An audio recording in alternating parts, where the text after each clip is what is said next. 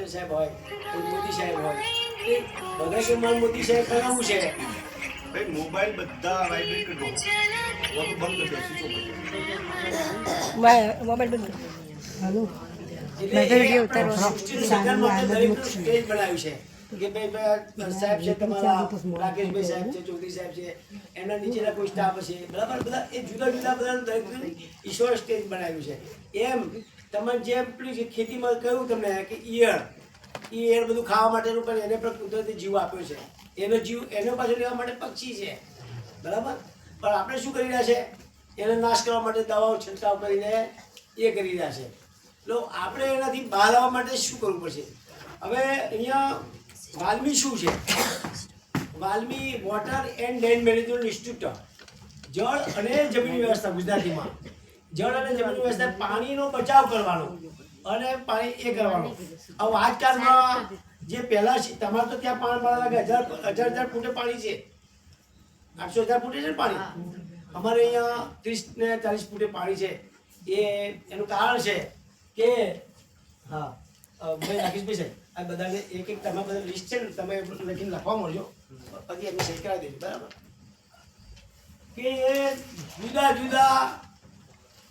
જે સ્ટેજ બનાવેલા હતા તમે પાણીના પણ એવા છે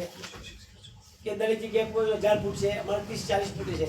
એટલે તમે જે પેલું કહેવાનું તાત્પર્ય હતું કે જેમ ડાકોર જશો એ ડાકોરમાં બોડાળા ભગત થઈ ગયા એ બોડાળા ભગત દર પૂર્વશીની અંદર તુલસી લાવીને દ્વારકા જતા હતા ચાલતા એટલે આખી જિંદગી આયુષ્ય પૂરું થઈ ગયું એટલે ભગવાને એમને કહ્યું કે હવે તમે નહીં કહો હું તમારે ત્યાં સેવામાં આવીશ એટલે આજની ટાઈમ પર ડાકોર ભગવાન ત્યાં દ્વારકામાં તો ખાલી મૂર્તિ છે પણ અસર તો ત્યાં છે એના પગ આપણને એવું કહે છે એના જે પગ છે ભગવાન છોટાય એકદમ મુલાયમ પોચા છે એટલે બોલાળા ભગતને કહ્યું કે હવે પણ બોલાળા ભગવતને દ્વારકાધીશે વચન આપેલું કે મહી અને સાબર મહી અને મહીસાગર અને સાબરમતી વખતે કોઈ અકાલ નહીં પડે ગરીબો દુકાળ પડશે પણ દુકાળ નહીં પડે એ ભગવત બોલાળા ભગતની એ વાત છે હવે પાણીનો બચાવ કેવી રીતે કરે આજની તારીખમાં જે પેલા તમારે બધા બ્લોક ને બધા સિસ્ટમ ગટરો આવી ગઈ પેલા પાણી હતું તો પાણી બધું ચૂસી જાય જમીનમાં જતું હતું ને બધું થતું હવે આજકાલમાં બધું પાણીનો એ થયો પેલા ખુલ્લામાં આપણે ટોયલેટ જતા હતા બધા બરાબર એક લોટો જ વપરાતો હતો આજે આપણે જાદરા વચી છે એટલે ચાલુ કરી દે એટલે પાણીનો અતિશય વ્યય થઈ રહ્યો છે સૌરાષ્ટ્રની અંદર પાણીનો એટલી બધી પરિસ્થિતિ છે ખરાબ કે આથી 20-25 વર્ષ પર મારા બેન સુરનગરની બાજુમાં દેદાદરા ગામ હતું એ તલાવનું પાણી પીતા હતા અને એ તલાવના પાણીથી આજે તો ચેન્જ આવ્યું નર્મદાનું જે મોદી સાહેબની કૃપાથી એ ડેમ બધા પહોંચ્યા અને પાણી એ થવા માંડ્યું એટલે આવનારી પરિસ્થિતિમાં પાણી માટે પણ યુદ્ધ થશે કે જતીમતી ને સાબરમતી જતી એટલે નર્મદા મતી એટલે મહીસાગર અને સાબરમતીના ભેગા થશે તો કંઈકનું હોનારત થશે એટલે જતી અને તે જેવું જ શરૂઆતમાં એ કર્યું ને પેલો જે ભૂકંપ ને બધું આવ્યું એ બધા એના દેવીદાસ પંડિતે ભોગેલું બરાબર પણ એમાં આપણે બધું એ આધ્યાત્મિકમાં છોડી દઈએ હવે આ જે ડ્રીપ પદ્ધતિ છે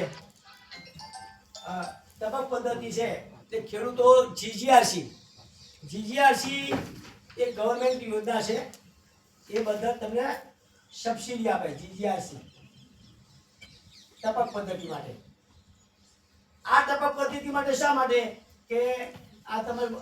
વૃક્ષ વાયુ આમાં કે બે ચીકુ વાયુ કા કેળ વાયુ બરાબર કે અબાળ વાયુ તે એક થડીની અંદર 1 કલાકે 3.5 લીટર પાણી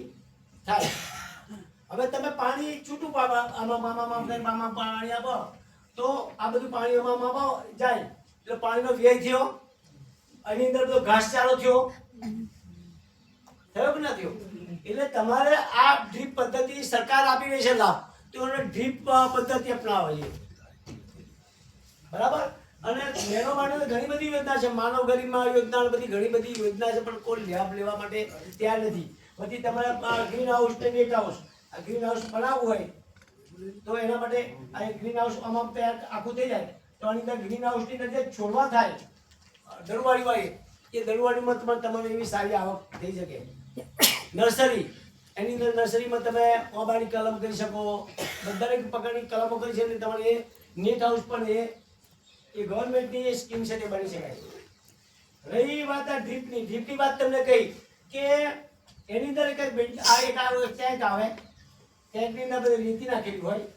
તો તમારી અંદર જે ફર્ટિલાઇઝર હોય કે યુરિયા હોય કે ડીએપી હોય તે એની અંદર નાખે અને એનાથી બધી આ ડ્રીપ ડાયરેક્ટ સીધું જ એ તમે નાખી દેવાનું જતા, જેથી તમારા માણસનો બચાવ ઓછો થાય. પાઇપ દ્વારા એ પાઇપ દ્વારા સીધું જાય એની અંદર એ છોડવાને જ મળે છે. એટલે ખાસ પહેલો તમે ડ્રીપ ઇરિગેશન માટે તમે લેજો. અત્યારમાં તમારે પેલી સોલરની સિસ્ટમ આવે, પણ સોલરમાં બધા નેતાની પણ ખબર નહીં કેટલા છે સોલર પોતાના ઘરે સોલ્ટ આવે.